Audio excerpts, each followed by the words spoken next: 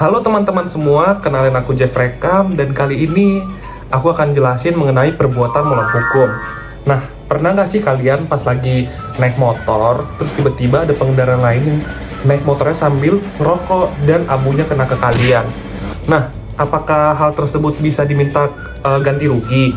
Dan apakah itu masuk dalam perbuatan melawan hukum?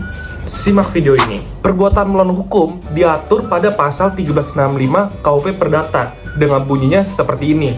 Tiap perbuatan yang melanggar hukum dan membawa kerugian kepada orang lain mewajibkan orang yang karena salahnya menimbulkan kerugian itu mengganti kerugian tersebut. Intinya apa? Intinya kalau kalian buat salah ke orang, itu ada tanggung jawab untuk minta ganti ruginya. Nah guys, PMH itu punya unsur-unsurnya loh, jadi nggak sembarangan kita bisa membuat PMH tanpa tahu unsur-unsur dari PMH itu. Nah, unsur-unsurnya apa aja sih? Yang pertama, adanya perbuatan, bisa berupa tindakan atau kelalaian. Yang kedua, perbuatan itu melawan hukum, artinya bertentangan dengan undang-undang, kesusilaan, atau kepatutan. Dan yang ketiga, adanya kesalahan atau kelalaian dari sang pelaku. Keempat, adanya kerugian yang nyata pada orang lain. Ini bisa kerugian material ataupun imaterial. Dan yang kelima, adanya hubungan sebab akibat antara perbuatan dan kerugian itu.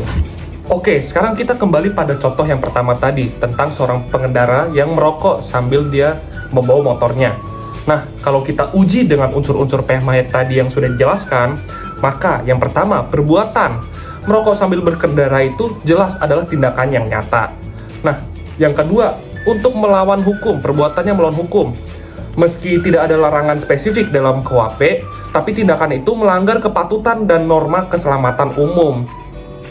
Dan yang ketiga, ada unsur kesalahan. Karena seharusnya ia tahu bahwa merokok di jalan itu bisa membahayakan orang lain. Dan keempat, kerugian. Orang di belakang mengalami rasa sakit dan kerugian non-materi. Bisa aja yang pertama dia matanya buta karena abu rokoknya ataupun hal-hal lainnya. Terus yang terakhir, hubungan kausal atau timbal balik. Abu rokok dari pelaku itu secara langsung memang menyebabkan kerugian itu. Kayak contohnya tadi, matanya bisa buta karena kena abu rokok.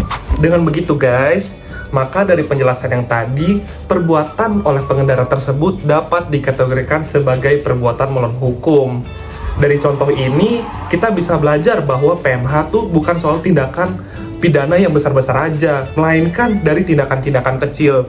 Maka dari itu guys, tolong kalian berhati-hati karena setiap hal kecil bisa menimbulkan akibat hukum. Terima kasih teman-teman udah nonton. Thanks for watching.